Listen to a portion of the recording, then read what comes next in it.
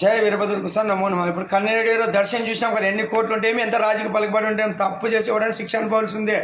ఎంత అహంకారంతో చేసే తప్పుడు పనులకి మళ్ళీ ఇవన్నీ మీరు రివర్స్ ఇదే ఉంటా అనుకుంటున్నారా?